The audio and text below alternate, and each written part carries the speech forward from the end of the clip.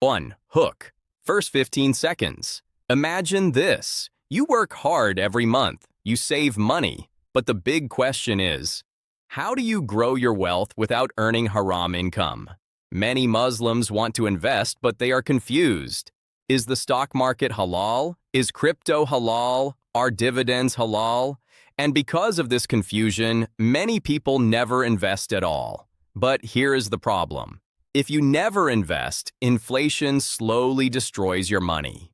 In this video, I will explain what halal investing really means, which investments are halal and haram, how beginners can start investing step by step, and how Muslims can build long-term wealth the halal way.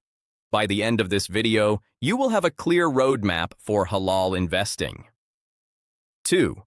Why Muslims must learn investing. Let's start with something important. Many people think investing is only for rich people. That is completely wrong. Investing is simply making your money work for you. If you only save money, inflation reduces its value every year. For example, if inflation is 8%, your money loses 8% of purchasing power every year. That means your savings are slowly shrinking. This is why investing is important. But for Muslims, we must follow Sharia principles. Islam encourages trade and business, but it prohibits riba, interest, and unethical activities. So our goal is simple: grow wealth while staying within halal boundaries. 3. What makes an investment halal? Before we talk about specific investments, we must understand the rules. There are 3 main principles of halal investing. 1. No riba, interest. Interest is strictly prohibited. Examples of riba include bank interest, bonds with guaranteed interest, interest-based savings accounts. Any investment that guarantees interest is not halal. 2. Avoid haram industries.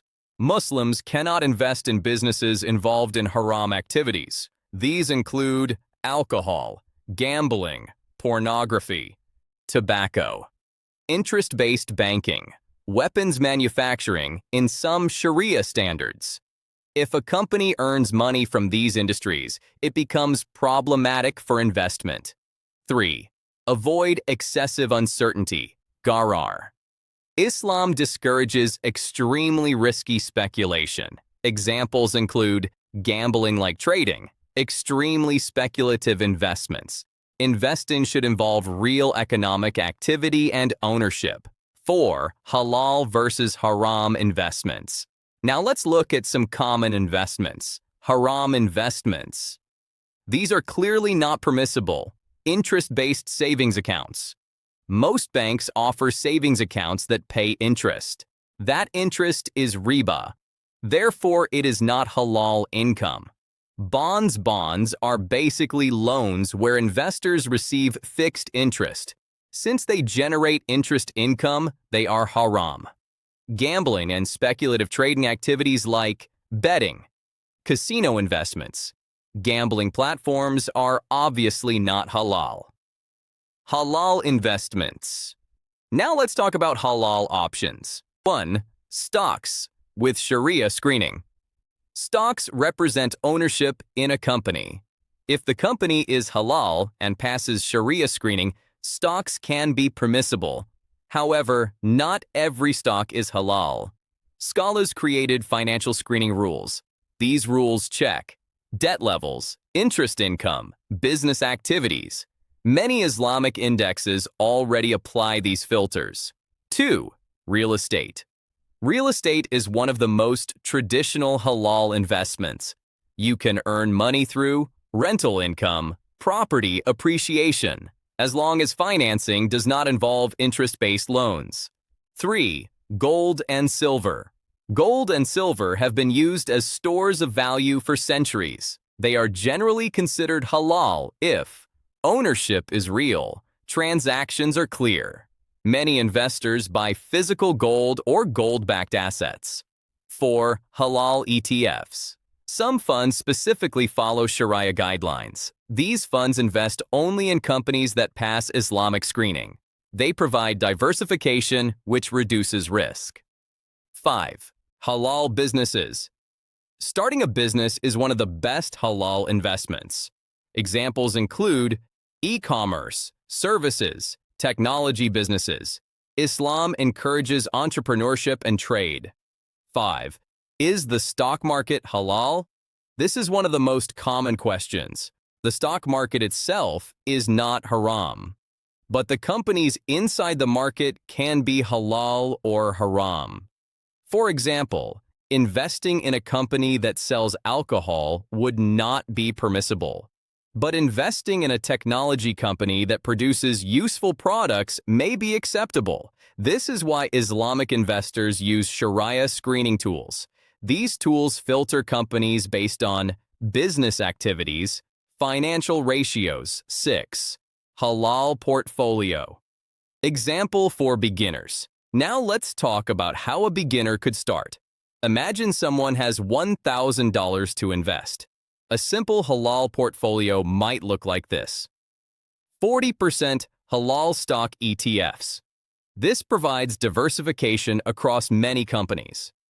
30% individual halal stocks. These could be companies with strong fundamentals. 20% gold helps protect against inflation. 10% cash or emergency fund. Always keep some money liquid. This kind of portfolio spreads risk across multiple assets. 7. The power of long-term investing. One of the biggest mistakes beginners make is trying to get rich quickly. Real wealth is built slowly over time. Let's look at an example. If someone invests $200 every month with an average return of 10% per year, after 10 years, around $40,000. After 20 years, around $150,000. After 30 years, over $450,000. This happens because of compound growth. Your investment earns returns, and those returns also start earning returns. This is how wealth grows exponentially. 8. Mistakes. Muslim investors must avoid. Let's talk about some common mistakes. 1. Not investing at all. Many Muslims avoid investing because they think everything is haram, but halal investment options do exist. Avoiding investing completely can harm long-term financial stability. 2. Chasing quick money. Get-rich-quick schemes often involve scams, speculation. High-risk halal investing focuses on long-term growth. 3. Lack of research. Always research before investing. Understand the company, the business model, financial performance. 4. Emotional investing. Markets go up and down. Successful investors stay calm and focus on long-term goals. 9. Step-by-step guide to start halal investing. Let's simplify the process. Step 1. Build an emergency fund before investing. Save 3 to 6 months of expenses. This protects you during financial emergencies. Step 2. Pay off high-interest debt. Interest-based debt should be cleared first. Step 3. Choose a halal investment platform. Look for platforms that support Sharia-compliant stocks, halal ETFs. Step 4. Start small. You don't need thousands of dollars. Even $50 or $100 per month is enough to begin. Step 5. Invest consistently. Consistency matters more than timing. Invest regularly and let compound growth work. 10. The future of halal. Investing. The halal finance industry is growing rapidly. Today, the global Islamic finance market is worth trillions of dollars. More halal investment options are becoming available, including Islamic ETFs, Sharia-compliant fintech apps, halal crowdfunding platforms. This means Muslims now have more opportunities than ever to grow wealth ethically. 11. Final advice. Let me leave you with 3 key lessons. First, start early. Time is the most powerful factor in investing. Second, stay halal. Wealth that follows Islamic principles brings barakah. Third, think long-term. Successful investors focus on years and decades, not days. 12. call to action. If you found this video helpful, make sure to like the video, subscribe to the channel, and turn on notifications for more halal finance content. On this channel, we will talk about halal investing, financial freedom, passive income ideas, and smart money strategies for Muslims. Thank you for watching, and I will see you in the next video.